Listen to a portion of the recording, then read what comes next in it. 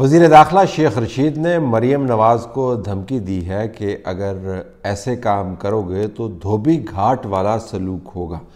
کیسے کام کریں گی؟ جو ریفرنس ہے وہ مریم نواز شریف کا فیصل آباد کے اندر جلسہ، جو بھرپور جلسہ تھا اور جس کے اندر انہوں نے ایک دھواں دھار تقریر کی اور عمران خان کی حکومت کو انہوں نے آڑے ہاتھوں لیا، اور اس کے ساتھ ساتھ پاکستان کے اندر جو طاقت کا کھیل ہے اس کے بھی بہت سارے زاویے انہوں نے سامنے رکھے، ایسے زاویے جن کے اوپر عموماً بات نہیں ہوتی۔ نام لیے بغیر انہوں نے بتایا کہ کس طرح عمران خان صاحب کی حکومت جو ہے وہ بنائی گئی، اس کو کیسے چلایا گیا اور کس طرح پی ایم ایل این کو نیچے لگانے کی کوشش کی گئی اور اس کے اندر کون کون ملوث تھا۔ شیخ رشید صاحب عمران خان کی حکومت پر تنقید کی وجہ سے تو نہیں تل ملا رہے ہوں گے، کیونکہ یہ تنقید تو آپ کو ہر طرف سے ہوتی ہوئی نظر آتی ہے۔ ان کی اصل تل ملاہٹ کی بنیاد یہ ہے کہ مریم نواز نے وہ باتیں کرنی شروع کی ہیں جو اس سے پہلے کرتے ہوئے نون لیگ کی اپنی زبان کامتی تھی، بلکہ آپ سمجھیں کہ مفلوج ہو جاتی تھی۔ آج کل وہ کھل کے باتیں کر رہی ہیں۔ تو شیخ رشید کی دھمکی کے پیش نظر یہ بھی ایشو بڑا اہم ہے کہ مریم نواز نے یہ باتیں کھل کے کرنا کیسے شروع کر دیں۔ جو outgoing D G I S I ہیں جنرل فیض حمید، ان کا براہ راست وہ نام لے رہی ہیں، اپنی پٹیشن کے اندر انہوں نے ان کا ذکر کیا ہوا ہے، اور پھر پریس کانفرنس کرتی ہیں، پھر جلسہ کرتی ہیں، جلسے کے اندر بھی اسی زاویے سے بات کرتی ہیں۔ اور اس سے بھی زیادہ جو تشویش کی بات ہو سکتی ہے شیخ رشید صاحب کے لیے وہ یہ کہ میڈیا ان تقاریر کو، میڈیا ان جلسوں کو، میڈیا ان پریس کانفرنسز کو لائیو دکھا رہا ہے۔ پریس کانفرنسز جو انہوں نے اپنی اسلام آباد ہائی کورٹ میں درخواست کے بعد کی، اس میں جہاں جہاں پر وہ جنرل فیض حمید کا نام لیتی تھی تو ان کو اس میں بیپ ڈال دیتے تھے، لیکن جلسے کے اندر جو تقریر کی وہ لائیو گئی اور اس کو انٹرپٹ نہیں کیا گیا۔ آپ کو یہ شاید اچنبھے کی بات نہ لگے، کیونکہ پاکستان کے اندر ویسے ہی اتنی زیادہ چیزیں ہو رہی ہوتی ہیں کہ ہر چیز آپ یاد نہیں رکھ سکتے، لیکن ہم آپ کو یہ بتا دیں کہ مریم نواز کی تقاریر، مریم نواز کی سٹیٹمنٹس، مریم نواز کی کوریج کے اوپر مکمل طور پر پابندی تھی۔ ان میں سے چند ایک تو میڈیا مالکان ایسے ہیں جو خود ہی شاہ سے زیادہ شاہ کے وفادار بنتے ہیں اور کہے بغیر ہی وہ کام کر دیتے ہیں، یعنی سنسر کرنا شروع کر دیتے ہیں، لیکن تمام کے تمام چینلز نے ایک ڈیلے کا میکنزم لگایا ہوا ہے اور اس کے اندر یہ سہولت رکھی ہوئی ہے کہ جب بھی کبھی اسٹیبلشمنٹ کے کسی نمائندہ کا نام ہو یا تقریر کا رخ اس طرف گھوم رہا ہو جس میں اسٹیبلشمنٹ کا نام آتا ہو تو اس تقریر کو یکسر غائب کر دیں۔ مریم نواز کی تقریر کے اوپر، ان کی پریس کانفرنس کے اوپر تو مکمل طور پر پابندی تھی۔ نہ صرف یہ کہ اسٹیبلشمنٹ کے حوالے سے بات نہیں ہو سکتی، بلکہ عمران خان کی حکومت کے بارے میں بھی جب وہ بات کرتی تھی تو اس بات کو سنسر کر دیا جاتا تھا۔ اخبارات کے اندر بھی ان کی تقاریر اور ان کے جلسوں کو اندر کے پیج کے اوپر ڈالا جاتا تھا، چھوٹی سرخیوں میں تبدیل کیا جاتا تھا۔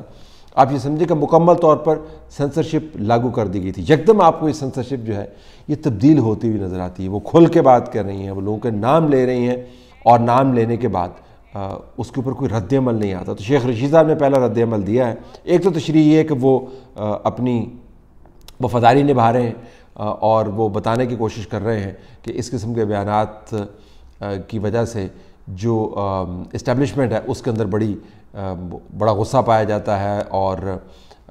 بڑا اعتراض ہے، اور میں اس اعتراض کا اظہار کر رہا ہوں اور آپ کو بتا رہا ہوں وقت پر کہ اگر آپ نے ان بیانات سے اجتناب نہ برتا تو آپ کو پھر پھینٹ ہی لگے گی۔ ذرا دھوبی گھاٹ کے اندر کیا ہوتا ہے، کپڑوں کو بار بار پٹخا جاتا ہے اور ان میں سے مین نکالی جاتی ہے، ان کو نچوڑا جاتا ہے، تو یہی کام وہ کہہ رہے ہیں کہ آپ کے ساتھ بھی ہوگا۔ ایک بنیادی دھمکی دے رہے ہیں۔ تو ایک تو یہ باور کروانا چاہتے ہیں کہ بڑی سخت قسم کی غصے کی لہر دوڑی ہوئی ہے اسٹیبلشمنٹ کے اندر۔ تو بنیادی سوال یہ ہے کہ اسٹیبلشمنٹ کے پاس اپنے نمائندگان موجود ہیں، D G I S P R موجود ہیں، بڑے متحرک نمائندگان ان کے پاس موجود ہیں۔ مریم نواز کی پریس کانفرنسز کے اوپر، ان کے جلسوں کے اوپر D G I S P R کی طرف سے کسی قسم کا کوئی بیان جاری نہیں ہوا، اور شیخ رشید صاحب کو پھر یہ کیا پڑی تھی کہ وہ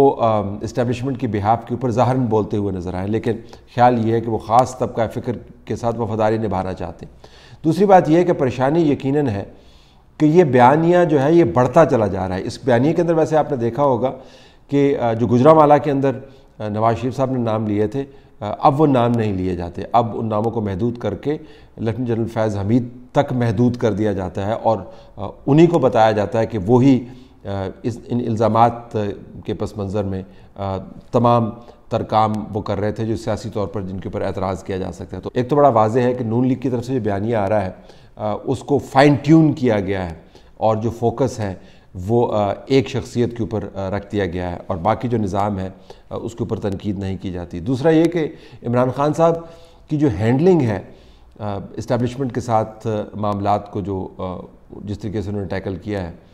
اس کی وجہ سے گنجائش بہت بن گئی ہے ان پر تنقید کرنے کی۔ اب آپ بلاول بھٹو زرداری صاحب کی تقریر دیکھیے جو انہوں نے کل جلسے کے اندر کی، وہ کہہ رہے ہیں کہ عمران خان صاحب، اس سرخی کے مطابق عمران خان صاحب جو ہیں پاکستان کے وزیر اعظم،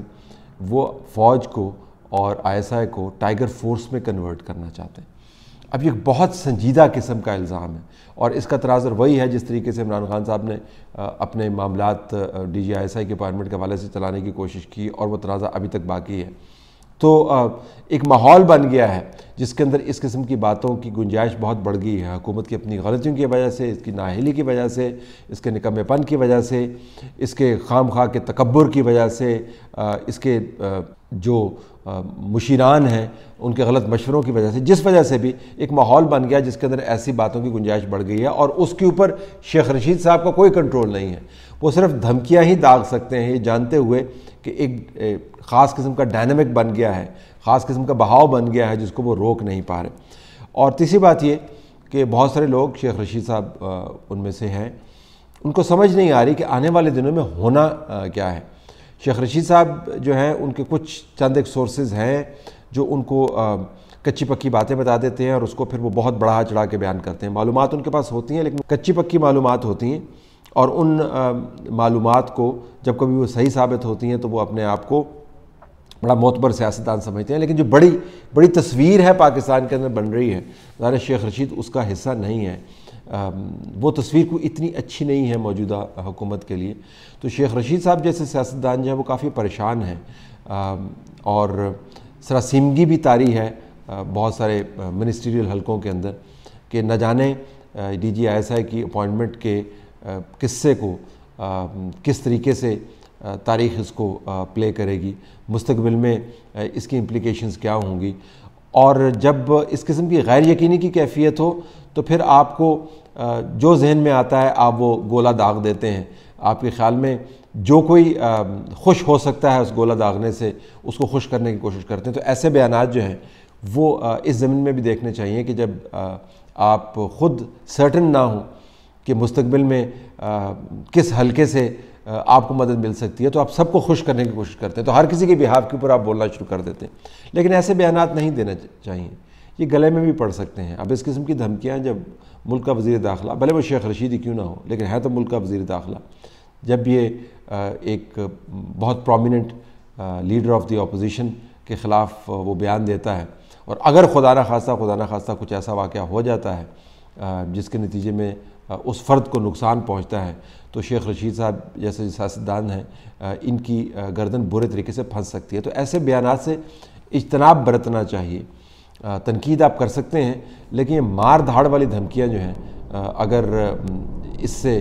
آپ گریز کریں تو زیادہ بہتر ہیں۔ لیکن ہم سمجھتے ہیں کہ شیخ رشید صاحب یہ کیوں دھمکیاں دے رہے ہیں۔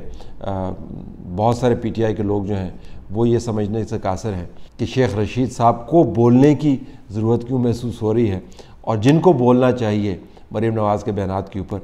وہ کیوں خاموش ہیں۔